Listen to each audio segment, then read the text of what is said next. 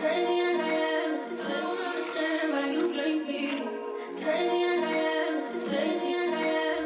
yo, what's up, YouTube, man? It's your boy, Action Jackson, and in today's video, I'm going to be talking about training camp battles that, for me, man, it's already at the time of this recording. I'm doing it on a Tuesday, May 23rd, man, and before you'll know it, it'll be training camp. It'll be, preseason. Then it'll be the start of the season, man. I can't believe how fast we're going already in 2023 already. So I'm going to be talking about the many position battles that I'm ready for, and I'm looking forward to seeing at training camp. So before we hop into the video, I would appreciate if you guys would like the video, subscribe if you're new, comment, and share my video with anyone who you think will enjoy my content, man. Alrighty, so the first position I'm going to go over is the battle for tight end 1. Now, you can also make an argument for that. You can throw in Peyton Hendershot for tight end 1. But for me, the two people who I got fighting for tight end 1 are going to be Jake Ferguson or Schoonmaker, our second-round pick that we got in the 2022 draft. 2023 draft. So I think both of you guys have a lot of potential to go out and take the starting job. I know they're both going to get a lot of opportunities. Jake Ferguson's already used to the system. He already got some nice reps for us last year. He had scored a couple touchdowns. He made a couple big plays in big games. So I think having Jake Ferguson will be really nice for him to be our tight end 1, because I think he already has the experience into being that. But I think the Cowboys didn't have much faith in the tight end room. That's why they went out early in the draft and they got him one. But in my opinion, I felt like if they wanted to, if they felt a need in a tight end, I felt like they probably should have kept Dalton Schultz for a year deal, signed him to the same deal that Houston did, a year, $8 million a year, or a 1 year deal, $9 million, and would have been okay. But Schoonmaker, he's fine. He's going to be a 6'6" tight end. We're going to use him vertically because he said that in Michigan they didn't do that a whole lot with him. And they also said that he loves running crossing routes, and I think that's what we're going to do with our tight ends. Send them across the field, send them vertically up the seams, have them on mismatches on safeties and linebackers. And I think this is really going to be a solid battle for you in training camp on the offensive side of the ball. Running back 2. I think it comes down to running back 2. Right now, at the time of this recording, we haven't brought in anybody. I still think that this is a position that the Dallas Cowboys should look into adding somebody post June 1st when somebody does get cut, like a Dalvin Cook or whoever else gets cut from their respective teams. And running backs are looking for new homes anyway, because the market isn't really that jumping for the running backs, and I think they're wanting to be quickly snatched up once they do get released. But I think running back 2 comes down to Ronald Jones, Deuce Vaughn, Malik Davis. I think all three of these guys have potential to come in and compete for the running back 2 position. My favorite, I think, who will probably win in this position is probably Deuce Vaughn. I think he has a more upside. I know Malik Davis is more experienced just within the system. I know Ronald Jones is the overall vet. He has more experience than the other 2 running backs I just named. But Malik Davis, he started for you last year.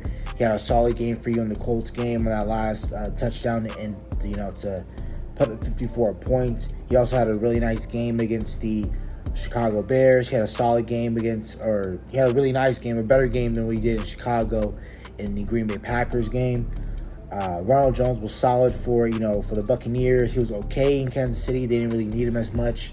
That's why the 2 running backs that Kansas City stuck with was Jerick McKinnon and Isaiah Pacheco, so they didn't really need Ronald Jones last year. So I think that's what it goes for running back 2. Running back 1 is automatically solidified with Tony Pollard. I think if he comes back healthy from his broken leg that he suffered against the 49ers, he'll be all right. And my third position that we're going to talk about with the position battles that we're talking about on the offensive side of the ball for me is swing tackle. I know, as well as you know, and even Tyron Smith, if he ever does view this video, Tyron, don't take any offense to it, but we all know that Tyron Smith cannot play 12, 13-plus games. Let's say we go into overtime in 2 of those games. He can't sustain playing that amount of snaps, plus playoffs, plus maybe a deep run in the playoffs. Tyron Smith's body cannot hold up to that anymore. So now that begs the question is swing tackle. We're looking at it with swing tackle. Stephen Jones already said that your healthy five looking at it, if you were to go into a game today and you guys were healthy, it would be Tyron Smith, left tackle, Tyler Smith, left guard, center Tyler Biotish, right guard Zach Martin, and right tackle Terrence Steele. So those are your five. But we always count for when Tyron Smith is going to miss 4 or 5 games, that you're going to have to either have somebody ready that can automatically play offensive tackle, or you might have to kick out Tyler Smith. But I think your swing tackle position is really key, and it's going to be my favorite position to look at in training camp and to read any updates or any news about that. It's going to come to a 3-man race between Asim Richards, our 5th round pick in the 2023 draft at UNC, Josh Ball, our 4th round pick in the 2021 draft, and then Matt Waletzko, who ended up being the Amari Cooper pick that we traded to the Browns for. So those are the 3 that comes down to just offensive tackle wise. I understand you still have the undrafted free agent Bass out of Oregon. So you still have a lot of different positions going on in battles within the offensive line. You got Chuma Edoga. So you got a bunch of other position battles that you're looking at if you're the Dallas Cowboys. But most importantly, is you want to look at your swing tackle. Terrence Steele suffered an injury last year. We don't know how he's going to look like when he comes back. Tyron Smith is always guaranteed to miss you 4 or 5 games. So it's very key to look at your swing tackle position. And we also know that offensive line is a premium in this league.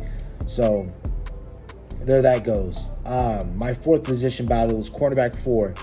You already have 4 solid cornerbacks, with that being Trayvon Diggs, Stephon Gilmore, Deron Bland, and Jordan Lewis. Once those guys are healthy and you don't have to worry about any injuries with them guys, you're going to be fine. You don't have to worry about injuries with those guys, and I think you'll be able to go out and rock with those 4. You can switch out the slot between Deron Bland, Jordan Lewis. You can have different packages and things like that. I think those are your 4. But I think your depth at your cornerback position, which was a major problem that we had last year, because once Anthony Brown, who went down, which cornerback 2 wasn't looking that great anyway. We were throwing bodies like Xavier Rhodes, Trayvon Mullen, Kelvin Joseph, Nashawn Wright. We was throwing those guys at those positions, and we gave Kelvin Joseph plenty of opportunities, especially in his second year. And cornerback 2 went down. Even when Jordan Lewis went down after that Chicago game, we were giving Kelvin Joseph a bigger spot. We was putting him in on certain downs and situations. But now he has a good potential of getting cut. Him and Nashawn Wright, if they don't prove anything in camp and they don't have a great camp, these are 2 guys that can most likely get cut from the team. I don't want them to get cut, but I think if Nashawn Wright and Kelvin Joseph can both have solid camps, I think they'll be on the roster for a little bit longer. But Kelvin Joseph is definitely a guy for me that has to step up, because if he doesn't, he's definitely somebody who's going to get cut. They also got to also factor in Eric Scott Jr., who dropped out of the 6th round. I know you guys, we have a lot of bad flack on him because he had a torn hamstring, and I think he ran like a 5.26, something like that. He ran like a 5.40, which is never good for a corner. But they said that when, before the injury, when Dallas Cowboys worked him out, he was a 4.4 guy.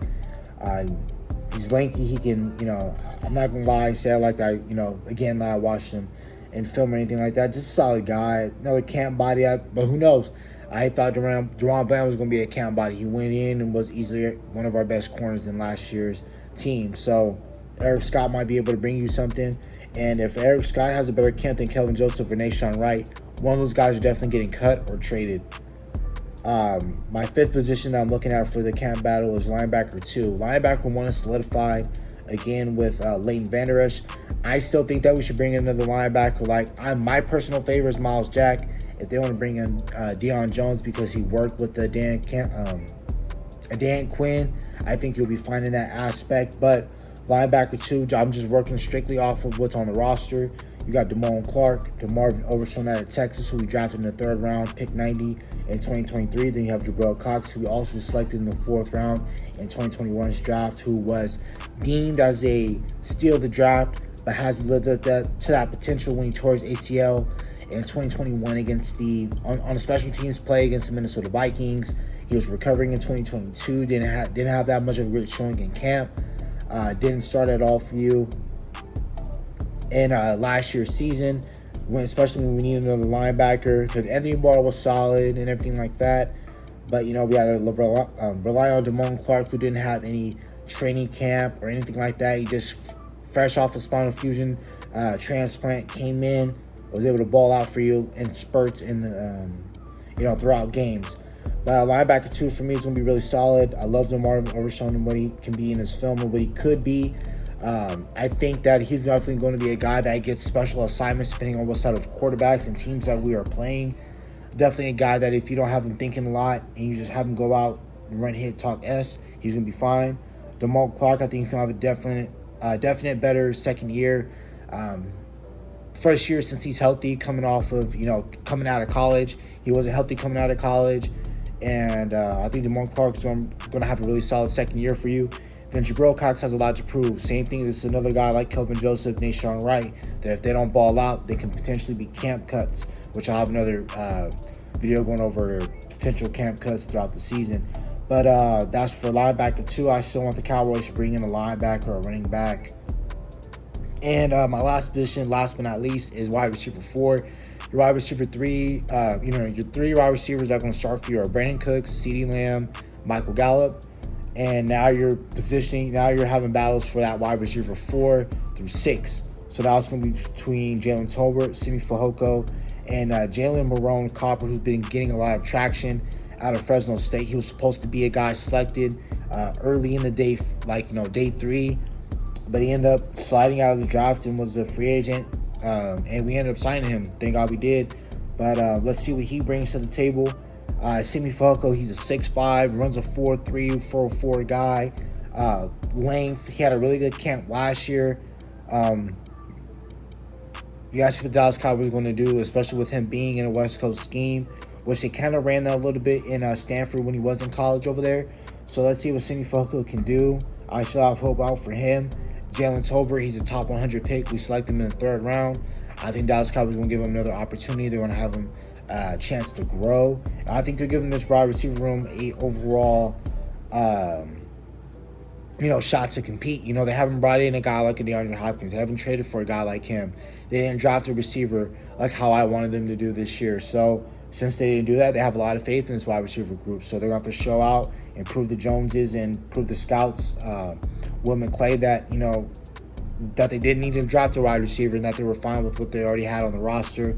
So I'm excited to see what Jalen Tolbert, Simi Fehoko, Jalen Marone, Marino Copper, and even a Dennis Houston, see what they bring to us on this roster this year, man. And that's about it. Again, the camp battles I'm looking forward into is tight end 1, running back 2, swing tackle, so offensive line, cornerback 4, linebacker 2, and wide receiver 4. And my favorite battle that I'm really intrigued to seeing is swing tackle, especially since I care about the offensive line. And also, the reason why I didn't mention kickers because we've been linked to a lot of different kickers, but nothing has been concrete in us signing anybody. We haven't signed a Robbie Gould, still a free agent, a Mason Crosby, a Brandon McManus who just got released this morning. So you got to see what's going on in that position, the kicker. But that's it. And I hope you guys have a nice day. Stay safe, stay blessed. Bye.